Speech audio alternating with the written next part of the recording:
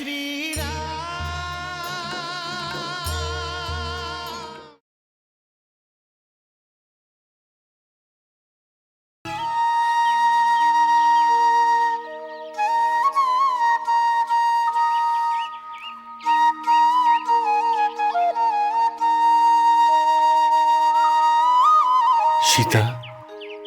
এই হলো মহর্ষি অত্রির আশ্রম।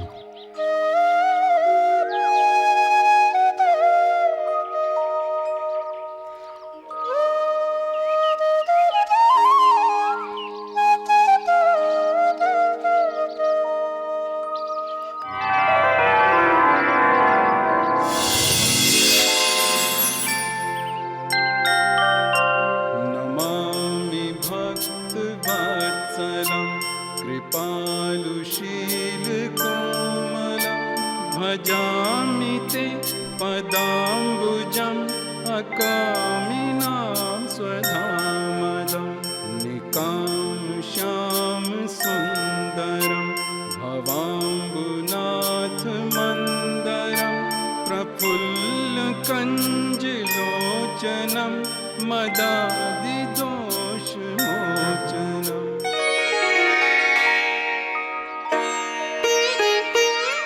আপনি সত্যিই ধন্য যে আপনার পদধূলি এখানে পড়ল।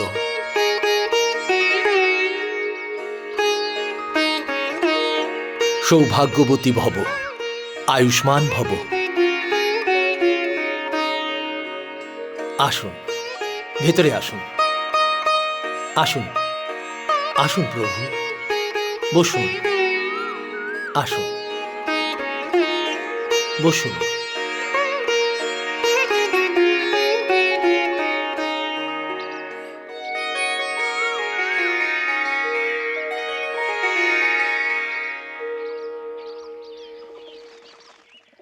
স্বামী, প্রভু, এই হলো আমার সৌভাগ্য, আমার পত্নী অনুশ্রিয়া।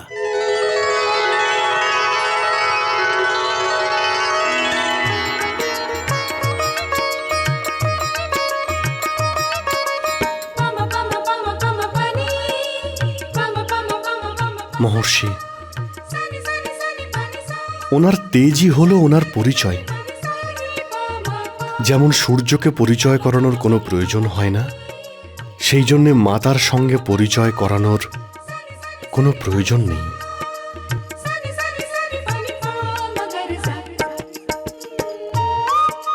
সীতা, ইনি সেই তপস্বিনী যার প্রভাবে মাতা গঙ্গাকে মন্দাকিনী রূপে চিত্রকূটে আসতে হয়েছে। 10 বছর যে প্রদেশে বর্ষা না হওয়ার কারণে খরা হচ্ছিল, সেই মহাসতীর কারণে শস্যতে ভরে উঠেছে। মহাসতীর তপস্যার কারণেই ত্রিদেব ব্রহ্মা বিষ্ণু মহেশ্বর বালক হয়ে গিয়েছিলেন। হে মাতা, আপনি আমাদের আশীর্বাদ করুন।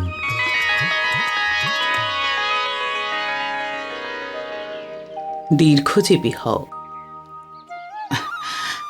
সৌভাগ্যবতী ভব। সীতা, তোমার স্বামীর সাথে এই বনবাসে এসে তুমি সমস্ত পৃথিবীতে আদরণীয় হয়েছ। মহর্ষি, যদি আপনি আজ্ঞা দেন তাহলে আমি সীতাকে আমার সাথে নিয়ে যাই। অবশ্যই অনুশ্রিয়া, এসো।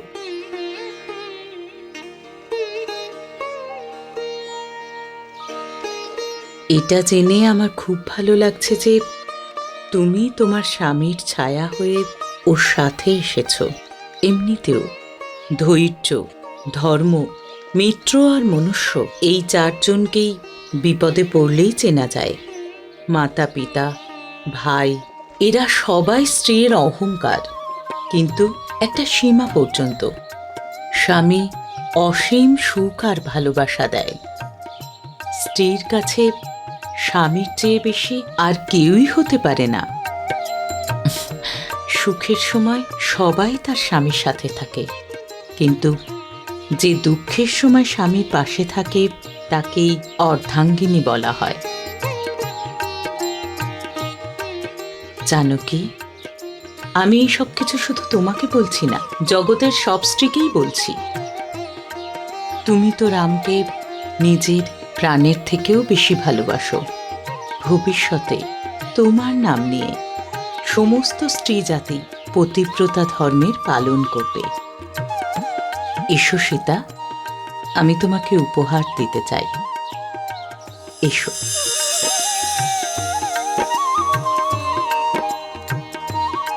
এসো, বসো।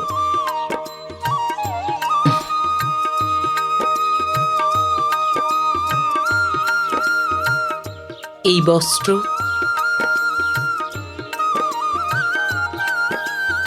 এই আভূষণ সব তোমার। এই অনুলেপনের প্রয়োগেই তুমি সুন্দর আর যুবতী হয়ে থাকবে।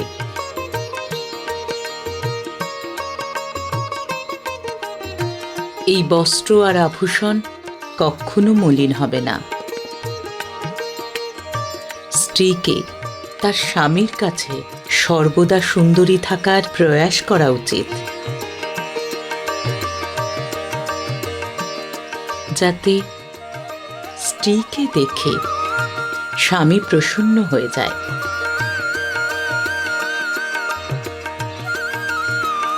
এই বস্ত্র, আভূষণ, এই সব কিছুই তোমার জন্য সীতা। এগুলো ব্যবহার করো। সৌভাগ্যবতী ভব। প্রভু, চিত্রকূটের পরে রাক্ষসরা আপনাদের প্রতি পদক্ষেপে কষ্ট দেবে। লঙ্কেশ রাবণের ভ্রাতা আর সহযোগী রাক্ষসরা বনে তপস্যারত ঋষি মুনিদের মৃত্যুর কারণ হয়ে দাঁড়িয়েছে। আপনি তো ঋষি মুনিদের নির্ভয় করার জন্যই এই বনবাসে এসেছেন। অতঃপর আপনার কার্যের শুভারম্ভ করার আগে এখানকার ঋষি মুনিদের ভয়মুক্ত অবশ্যই করবেন। যেমন আপনার আজ্ঞা মহর্ষি।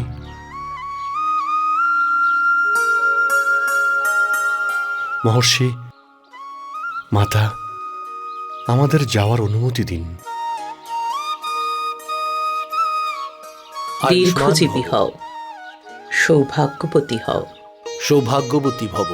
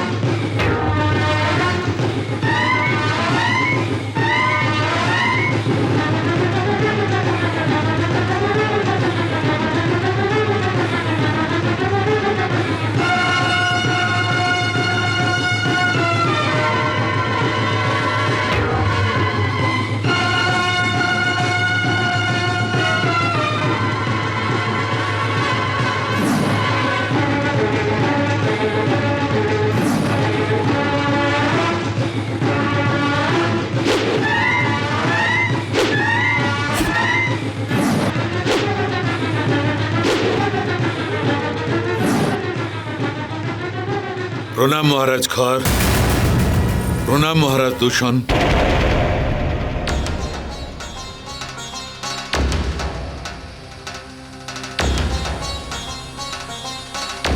বলো গুপ্তচর, কি সংবাদ?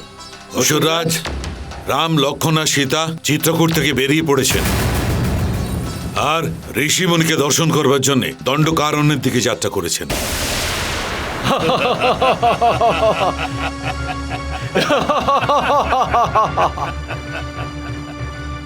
ভ্রাতাখর, বলো অনুজ দূষণ। লোকে বলে যেখানে মরণ লেখা আছে মৃত্যু ব্যক্তিকে সেখানে টেনে নিয়ে আসে। রাম, তোমার মৃত্যু তোমাকে বনে টেনে এনেছে। অনুজ দূষণ, আজ্ঞা করো ভ্রাতাখর। আমাদের রাক্ষস সেনাদের আদেশ করো যেন চিত্রকূটের বনে হাহাকার ফেলে দেয়।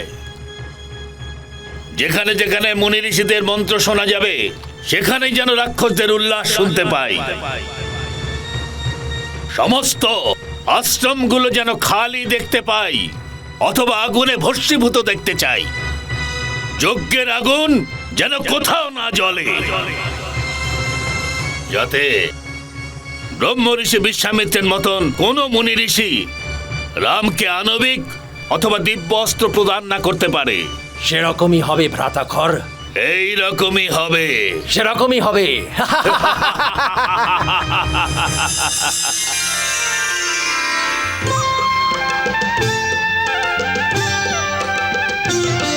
वन वन में भ्रमण कर राम लखन सिया राम लखन।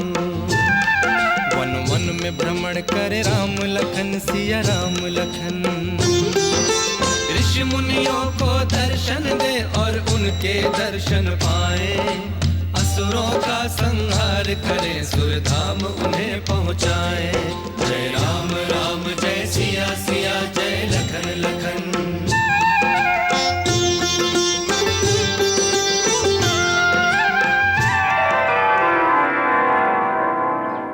আমরা খুবই ভাগ্যশালী যে সাধু এবং মহর্ষিদের দর্শন দুর্লভ, তাদের আমরা দর্শন পেয়েছি।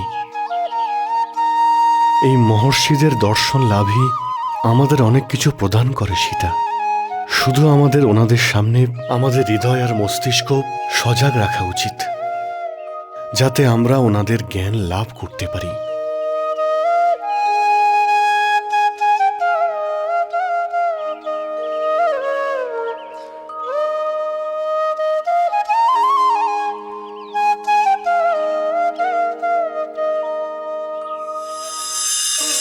রঘুবীর রাম, তুমি নিজের ধর্ম পালন করে একটা আদর্শ স্থাপন করেছ, আর আজ এখানে এসে তুমি আমাকে ধন্য করে দিয়েছ।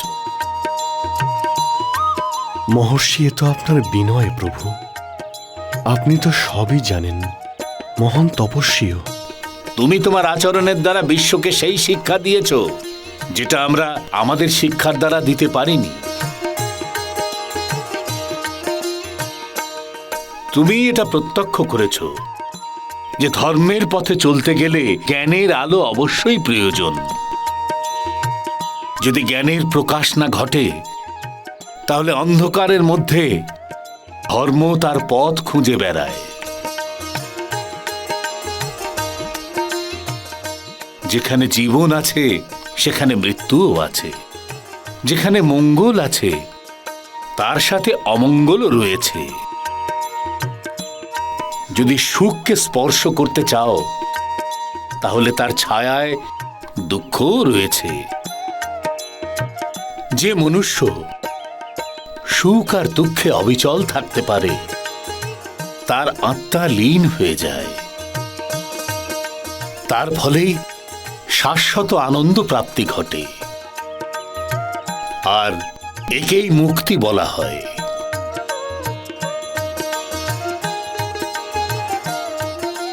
বৃষ্টির জল সমস্ত বৃক্ষের ওপর একইভাবে পড়ে, কিন্তু কোনো গাছে লাল ফুল ফোটে, কোনো গাছে নীল ফুল ফোটে। ঠিক সেই প্রকার একই বিদ্যার বিভিন্ন প্রাণীর ওপর তাদের সংস্কার এবং তাদের ভাব অনুযায়ী ভিন্ন ভিন্ন প্রভাব পড়ে। যাও, এবার বিশ্রাম নাও। কল্যাণস্তু। দূষণ, ক্ষত্রিয় হয়েও রাম মুনি আর ঋষিদের সান্নিধ্যে থাকতে চায়। মূর্খরা, মূর্খ। মূর্খ তো নিশ্চয়ই, না হলে পিতার বচন পূরণ করবার জন্য নিজের সিংহাসনকে অবহেলা করত। কিন্তু ভ্রাতাখর, আমাদের জন্য তো এটা ভালোই যে ওরা ঋষিদের আশ্রমে থাকছে। ফলে আমাদের আক্রমণে ঋষিদের সাথে সাথে ওদেরও বিনাশ হয়ে যাবে। বিনাশ।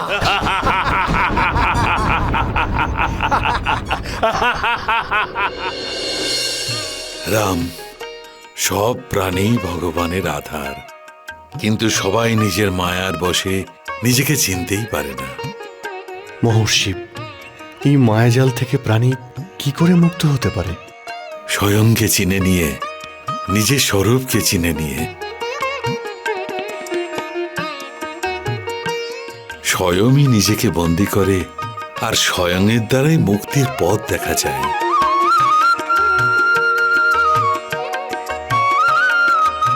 এটাই তো মায়াময় পৃথিবীর মায়া।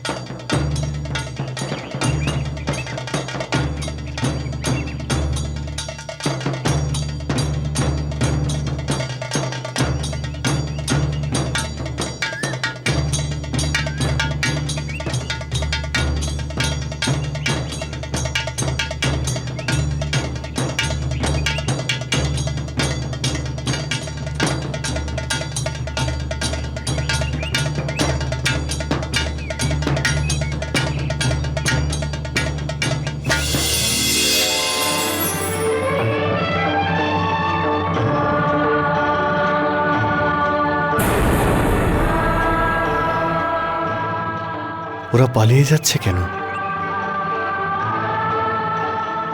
দাঁড়ান আপনারা, ভয় পেয়ে পালিয়ে যাওয়ার কোনো প্রয়োজন নেই। আপনারা এখানে সুরক্ষিত। যদি কোনো রাক্ষস আপনাদের অত্যাচার করে বা ভয় দেখায়, তাহলে আমরা সেই রাক্ষসদের বধ করে আপনাদের ভয়মুক্ত করব।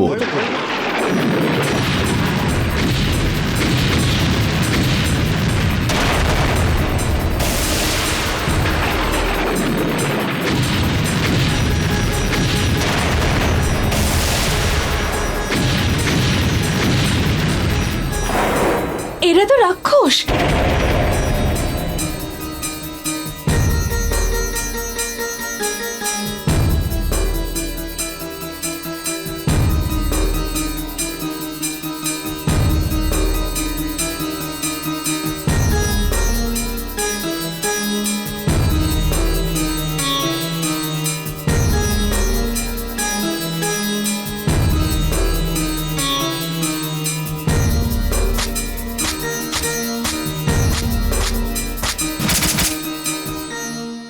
सारे दैत्य तीक्ष्ण कंड